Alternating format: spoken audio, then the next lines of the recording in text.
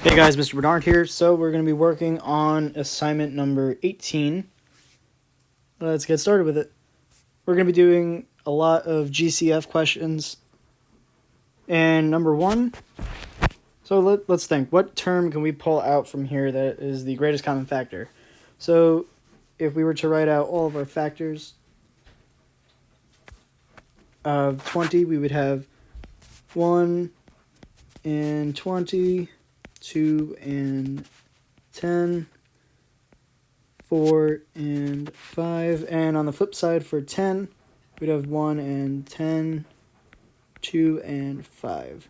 So we can see here that our GCF is 10 in this case for our leading coefficients, and the 10 has no x attached to it, so our GCF is just going to be 10.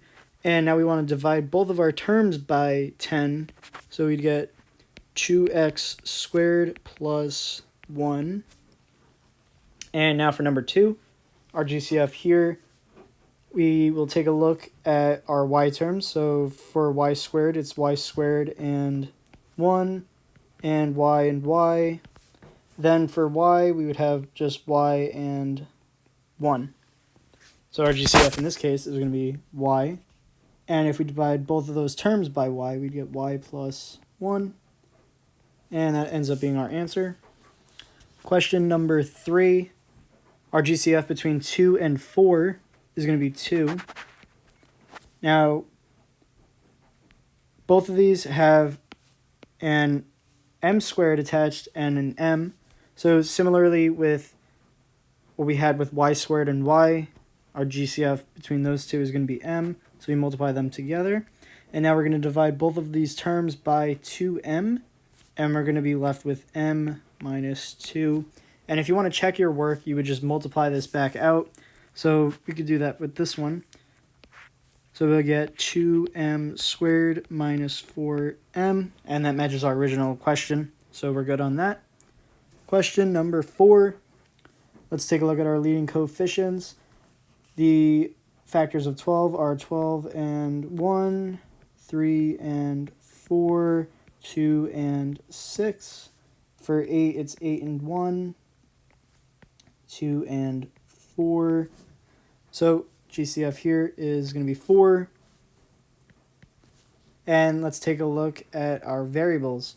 So we have a y squared and a y. Those are the only ones that we have in common. And like the previous two questions, we know that the greatest common factor between those two is just going to be y. So we have 4y is what we're taking out from this original problem, this original expression. And now we're going to divide both of these terms by 4y, and we're going to get 3xy plus 2z. Question number 5. Let's look at our leading coefficients. And we could see here that it is going to be 2 is our GCF. Now, and it's just going to be 2 because this has an x squared, this has an x, this doesn't have anything. So our GCF is just going to be 2, and now we want to divide all three of these terms by 2, and we'll get 2x squared plus 3x minus 1. Question number 6. Now these have a lot more factors, so we have to just think. Now instead of writing them all out, our greatest common factor between all these leading coefficients is going to be 7. If you want some extra practice, definitely suggest writing it out. And now let's take a look at our variables. We have an x squared here, we have an x cubed here, and we have an x here. Well, we know it has to be x because if we said it was x squared, then it wouldn't go into this one over here. So we're going to call 7x. And do we have another term in common? We have y squared, y, and y cubed. So it's just going to be y for the same reason that we just had x and nothing greater than that. So now we want to divide each of these terms by 7x. So you can always write it out like this if it helps. Sorry, divided by 7xy. 7xy. and 7xy. So 49 divided by 7 is 7, x squared divided by x is x, y squared divided by y is y, minus 35 divided by 7 is 5, x cubed divided by x is x squared, y divided by y is 1, plus 28 divided by 7 is 4, x divided by x is 1, so we don't write anything, y cubed divided by y is y squared, and close our parenthesis, and that is our answer for that one.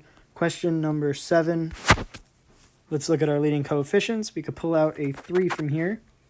And we also have an m and an m squared, so we know that we're going to take an m out. Then we have just n, so it's that. And now we want to divide each of these by 3mn. And we're going to get 3 minus m. And this is because these 3's will cancel out, these n's will cancel out, and m squared divided by m is m. Question number 8. So our leading coefficients, 17 and 7. So let's look at 17. Factors of that are just 1 and 17. And for 7, it's going to be 1 and 7. So these are co-prime. And they're also just prime numbers in general. So that means that their greatest common factor is only going to be 1. So we can't pull out any number here, but we can probably pull out some variables. So let's take a look. We have a b squared and a b. Okay, so we could take a b out then. C cubed and c to the 4th. So if we write out our factors, I'm going to do that over here in blue. So c cubed. Factors of that are c cubed and 1, c squared and c. C to the 4th, c to the 4th, and 1, c to the 3rd, and c squared, and c squared. So what is our GCF there in this case? C cubed. And both of them have a d and d squared. So we'll take out d. Now we want to divide both of these terms by b, c cubed, d, and we'll be left with 17b minus 7cd.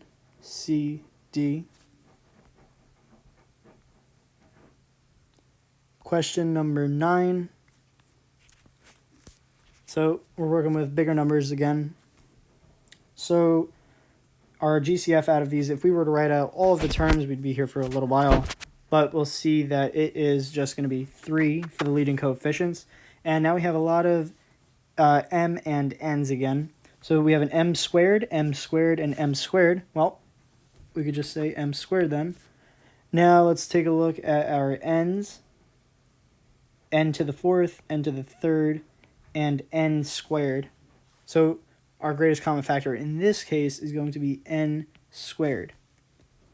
And we're going to multiply them all together. So we have 3m squared, n squared. Now we want to divide all 3 of these terms by 3m squared, n squared.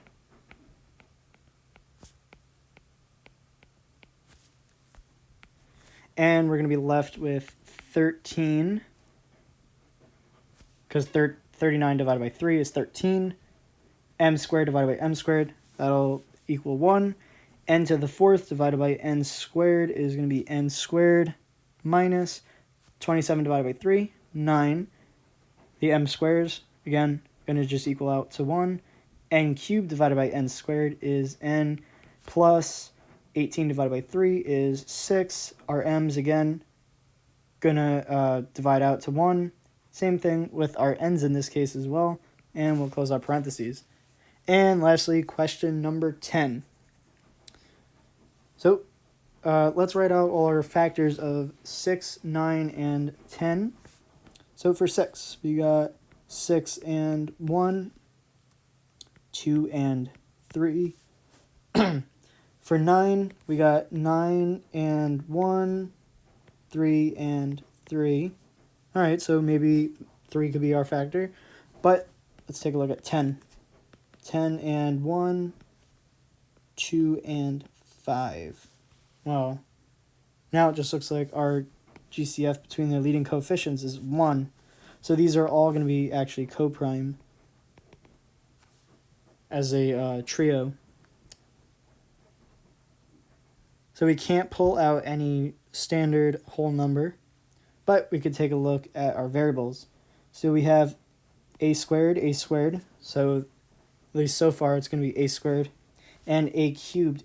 A squared does go into a cubed, so we'll pull out an a squared. So we got a b here. We don't have it here, so we can't use it. And we have a c squared, okay, c. All right, so maybe it's going to be c and a c squared. So we'll just pull out c. Now we want to divide all three of these terms by a squared c. So we'll be left with 6. A squared divided by a squared is 1, so we're not going to write anything there.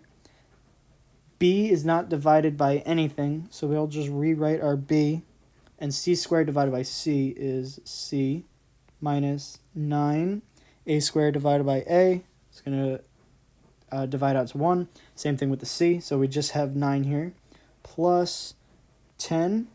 A cubed divided by a squared is going to be a. B divided by 1 is b. And c squared divided by c is c. And that's everything. If you guys have any questions, just feel free to ask. Have a good night.